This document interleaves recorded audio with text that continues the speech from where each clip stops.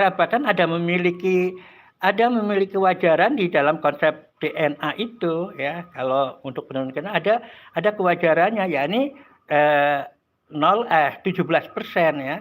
Jadi itu sekitar sampai buyut ya, sampai buyut. Nah, itu baru kelihatan. Makanya kalau kita kelihatan karakternya ataupun tampilan itu fenotip ya. Kalau kita lihat fenotip, termasuk fenotip karakter sifat dan sebagainya, ya banyak yang jauh dari karakter Rasulullah SAW. Ya. Walaupun ada orang yang menganggap ini mirip ininya Rasulullah dan sebagainya, itu ya kalau itu mungkin masih 17% itu mungkin bisa kelihatan fenotipnya hampir itu. Apalagi fenotip sangat tergantung dengan lingkungan juga ya, selain genetik juga lingkungan. Jadi tampilan makhluk hidup itu interaksi antara genetika dan genetik dan lingkungan. Jadi lingkungan yang seperti Indonesia cenderung untuk lebih kulitnya lebih gelap, ototnya lebih kokoh karena memang kita harus bekerja keras dan sebagainya. Itu bisa ya. Sementara fenotip mereka yang lingkungannya keras ya, lingkungannya lebih pasir, itu kemungkinan jauh lebih punya karakter keras dan sebagainya ya. Kayak di Indonesia sendirilah, misalnya Jawa Pantura sama Jawa di Singapura itu akan berbeda tampilannya. Itu memang karena memang kaitannya dengan bahwa tampilan itu fenotip, ada interaksi antara tampilan itu interaksi antara genetik dan lingkungan karena macam itu. Nah, jadi oleh karena itu kalau kondisinya semacam itu, masing-masing ada kelemahannya, masing-masing ada keunggulannya, dan ada satu yang harus kita hargai sebagai produk budaya manusia.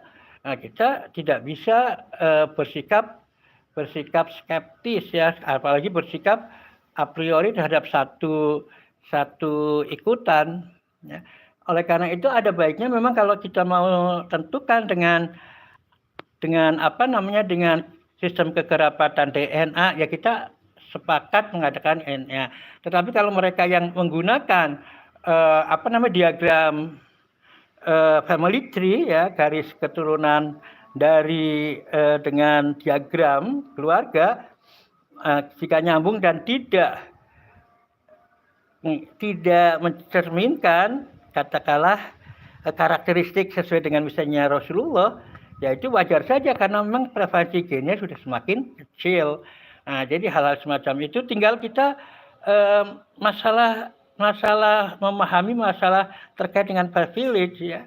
Dengan privilege, kalau yang Rasulullah katanya begini-begini, nah ini kita kembalikan pada fatwa-fatwa ulama saat ini untuk meninjau hal itu ya, para mufasir dan sebagainya untuk bisa memberikan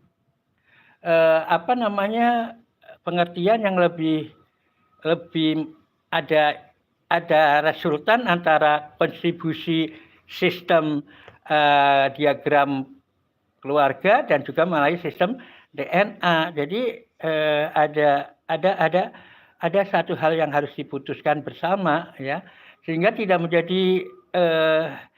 menjadi monopoli satu golongan. Nah, oleh karena itulah perlunya musyawarah dan sebagainya. Tetapi kalau kita lihat bahwa ini masalah-masalah nasab yang ada itu cenderung emosional dan sebagainya.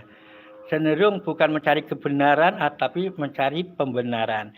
Itu saja, mudah-mudahan kita bisa menjalankan bersama ke depannya untuk kebaikan umat bersama. Nah, karena kita sudah asar, kita sudah azan, dan kita akan segera ke masjid karena ada juga perayaan Maulid Nabi.